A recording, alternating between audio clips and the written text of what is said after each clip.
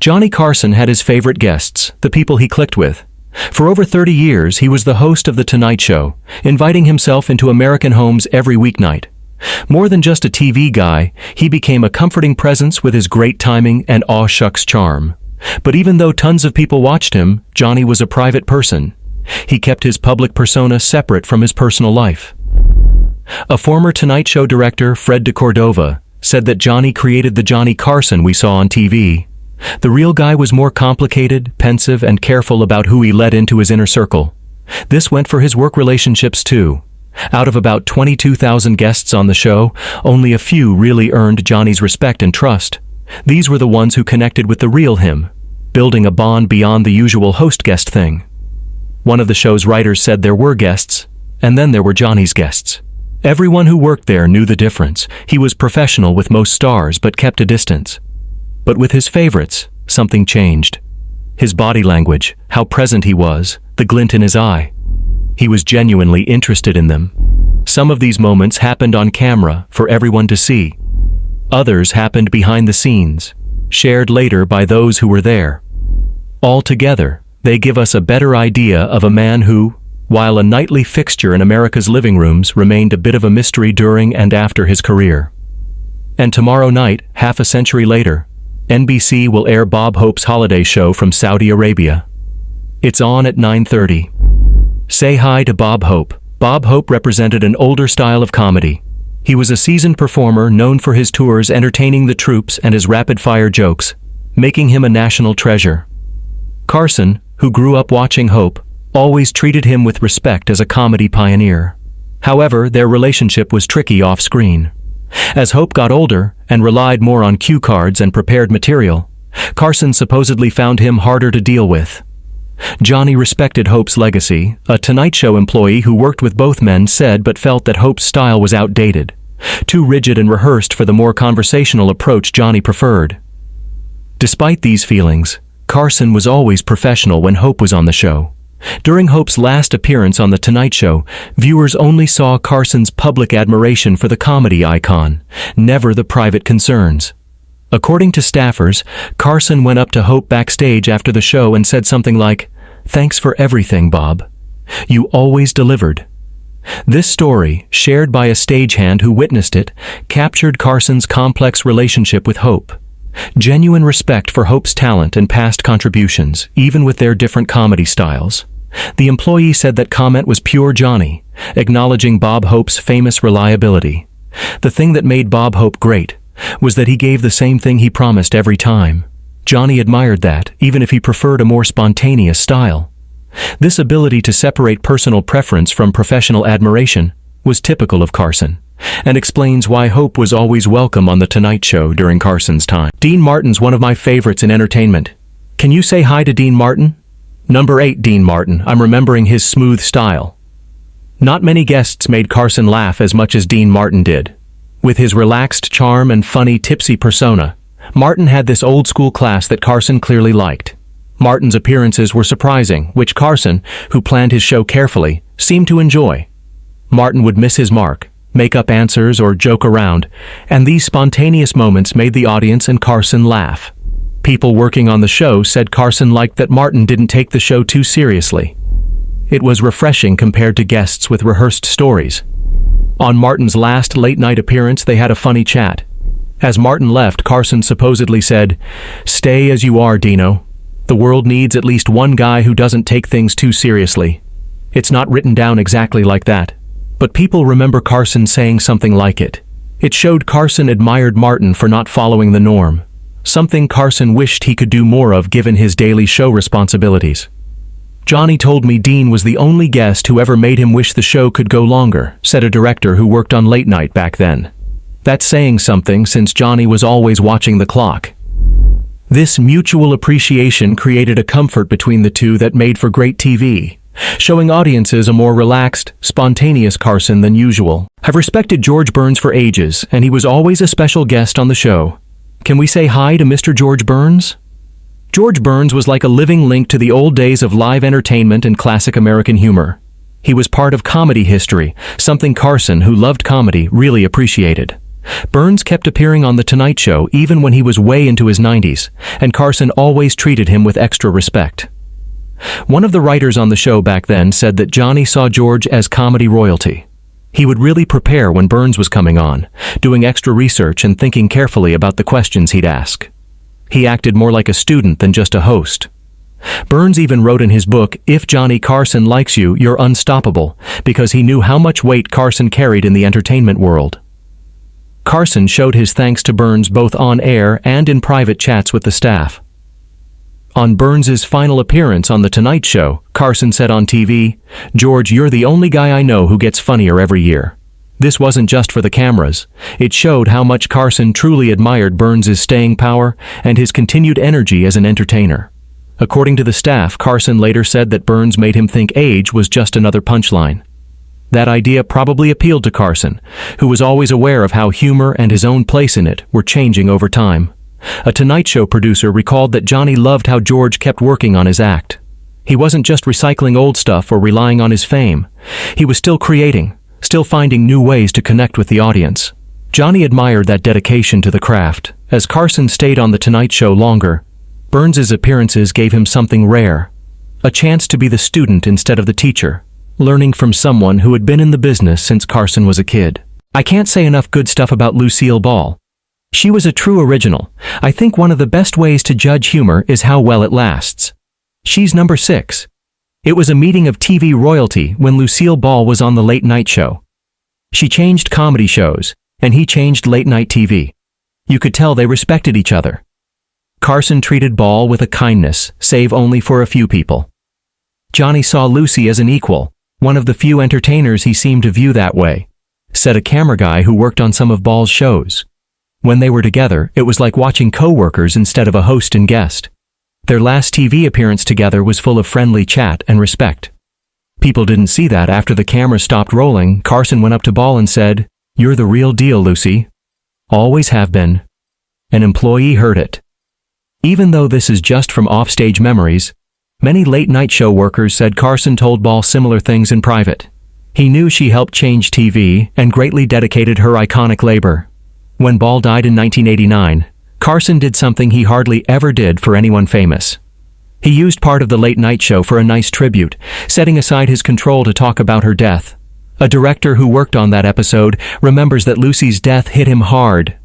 Johnny usually kept his feelings off the show, but he didn't with Lucy. That tells you how much she meant to him. He was willing to show his respect for Ball, which was rare for Carson, who usually kept his feelings in check. It showed the real connection between two entertainers who both changed their part of TV. He's a total icon. I know it sounds overused, but it's true. He took some time away in Britain and came back even better.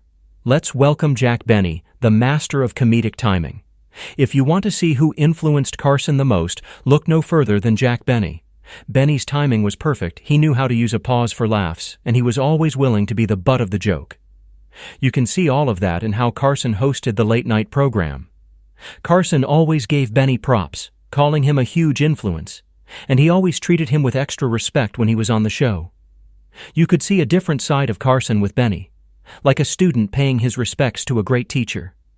One of the producers who worked on Benny's appearances said that Johnny would really let Jack take the lead, letting him do his thing and enjoying watching a pro at work. It was the opposite of how he usually ran the show. After Benny's last appearance, Carson supposedly told him, "You taught me how to listen."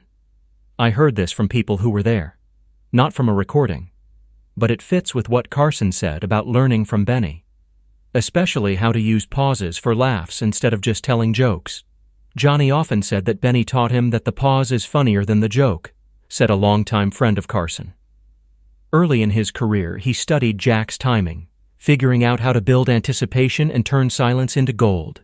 This turned into real respect, with Carson seeing Benny as a comedy legend who helped him find his own style. I wish I hadn't said that. Silly me. Okay, so one was in 4th place, Burt Reynolds, the ultimate trickster. Almost no one brought out Johnny Carson's playful, mischievous side as consistently as Burt Reynolds did. Their famous on-air chemistry, filled with practical jokes, surprise water fights, and off-the-cuff chats, led to some of the late-night show's most memorable and spontaneous moments. Burt gets it. Carson supposedly told a director after a particularly great show with the mustached movie star. Most guests don't. This "it" was the subtle balance between comedy and sincerity that Carson aimed for, but rarely achieved with celebrity guests. Reynolds just knew that the best TV wasn't from rehearsed stories, but from real moments of surprise and connection.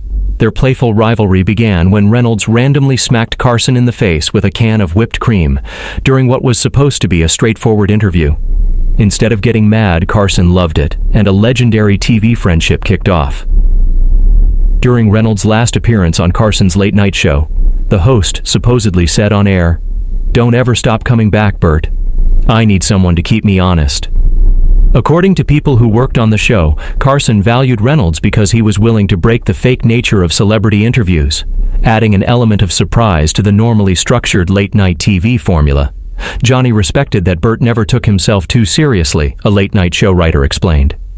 In an industry packed with controlled images and egos, Reynolds was happy to be the butt of jokes, to look silly, to put fun before pride. Carson found that incredibly refreshing. This appreciation for Reynolds' honest approach went beyond their on-screen connection. Those close to Carson said he often mentioned Reynolds as one of the few guests who could genuinely surprise him, creating real reactions instead of the practiced answers he gave to most interviewees. "This woman, I think she's one of the best entertainers ever." Number 3, Carol Burnett, the visitor who brought the laughs. Carol Burnett was special to Carson. She was kind, quick-witted, and she wasn't stuck up, which made her a welcome face on the late-night program when he was in charge. A lot of visitors used their time on the program to get the word out or seek publicity, but Burnett just wanted to make TV that was funny. Carson supposedly told Ed McMahon after one of Burnett's appearances, "Carol makes the show better." What made Burnett different was that Carson was okay with her taking over his show whenever she was on.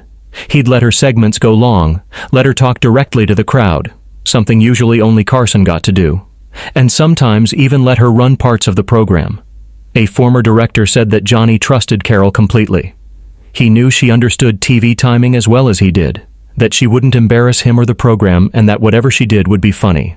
Carson clearly trusted Burnett a lot during her visits, which was different from how he usually ran the program. Staff members said that Carson would sometimes say before her segments, "Just let Carol do whatever she wants, she's always great." After what would be her last time on Carson's late-night program, people remember that he told her backstage, "If I could make a program that only featured one person, it would be you." Even though that's from what staffers remember, and not from video, it makes sense because of how Carson treated Burnett, and because he always complimented her, both on and off camera. A late-night program supervisor who worked on a lot of Burnett's visits said that Johnny liked that Carol really loved to perform. She wasn't there to get something or try to make herself look good. She was there to make something fun with Johnny, which was a real team effort, not just a talk. When Burnett was on, Carson was obviously different. He wasn't as uptight as usual, and he was willing to go wherever she took the conversation. Okay, so figuring out what they're doing is kind of weird, right? It's like when people just don't get it. Take Bob Newhart, a master of being low-key. He and Johnny Carson just clicked because they had the same sense of humor.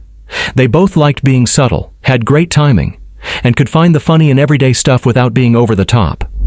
A writer who worked with Carson said Johnny called Bob the funniest guy he knew, which was a huge compliment coming from him because Johnny wanted to be smooth every night.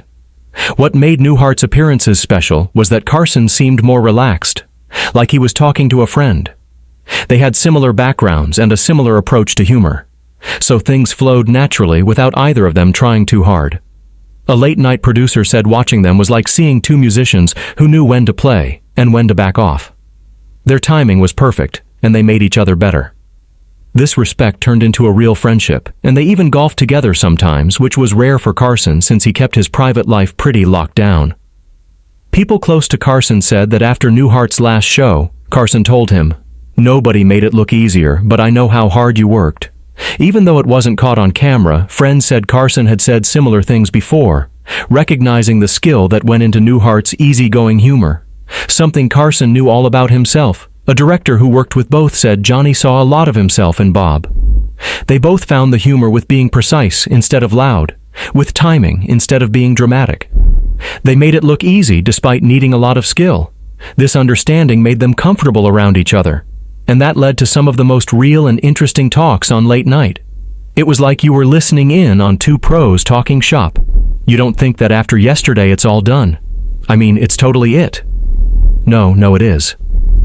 Yes. I was the main motivator. Okay, so there's this story about Jimmy Stewart on Carson's show. Out of all the celebrity chats on Late Night with Carson, one really stands out. It's super touching and shows a side of Carson you didn't often see. Back in '81, Stewart was on, and Carson got him to read this poem he wrote about his dog, Bo, who had died. It was simple but so heartfelt, talking about his dog's habits and how much he missed him. It became one of those real TV moments. When Stewart finished, Carson, who was usually so composed, got choked up. He even teared up on camera. All he could say was, "Thanks for sharing that, Jimmy." The clip's still around, and it's one of the rare times Carson let his guard down on TV. He'd built his whole career on being cool and professional, so this slip-up was a big deal. People who were there said that after the show, Carson went up to Stewart, hugged him, and said, "I'll never forget that." That was real. The exact words might be a little fuzzy since it wasn't recorded, but that moment on TV is still one of the most honest and heartfelt ever on Late Night. One of the directors who worked with Carson for years said that night changed things. Johnny realized showing real emotion sometimes could be more powerful than being perfect all the time. He didn't suddenly become Mr. Sensitive all the time, but it opened him up a bit. Stewart, with his down-to-earth charm and humility, connected with Carson in a way most people couldn't. It was a moment of real connection that went beyond the usual guest host thing, showing the person behind the famous face. These talks show us something important about who Carson was, what he believed in, his work ethic, and what he truly valued in people, which wasn't just fame or success. Carson admired skill, especially the talent shown by comedians such as Jack Benny and Bob Newhart, whose effortless comedy came from years of hard work. He valued realness, such as Carol Burnett's sincere kindness, Jimmy Stewart's honest emotion, and those who, like Burt Reynolds and Dean Martin, knew that being funny was more important than taking yourself too seriously. A veteran director explained that Johnny liked guests who shared his ideas about what made good TV. He liked performers who took their work seriously, but didn't take themselves too seriously. People who understood connecting with the audience was more important than self-promotion. These connections also gave rare glimpses behind Carson's famous privacy. At times, the ultimate pro let himself be just a guy showing real thanks for people who had a big impact on him. A friend who knew Carson well noted that for someone so private, these connections were important. He didn't let many people in. Those who got past that barrier had something special. For us watching, these moments gave us quick peeks at the real person behind the famous TV personality. The guy whose wit, taste, and basic honesty helped shape American comedy for 3 decades, while staying a bit of a mystery himself. Maybe Carson's greatest gift wasn't just his perfect timing or his great speaking skills, but his careful vulnerability, his willingness to let us see past the polished act to the real human interaction underneath. In those rare times, like when he got emotional during Stewart's poem, we weren't just watching a talk show host. We were seeing something real and unplanned, a real person reacting to another real person. These weren't just famous faces. They were the people who made Johnny Carson lower his guard and show his feelings. And in those final moments with each, we caught glimpses of the real man at the desk.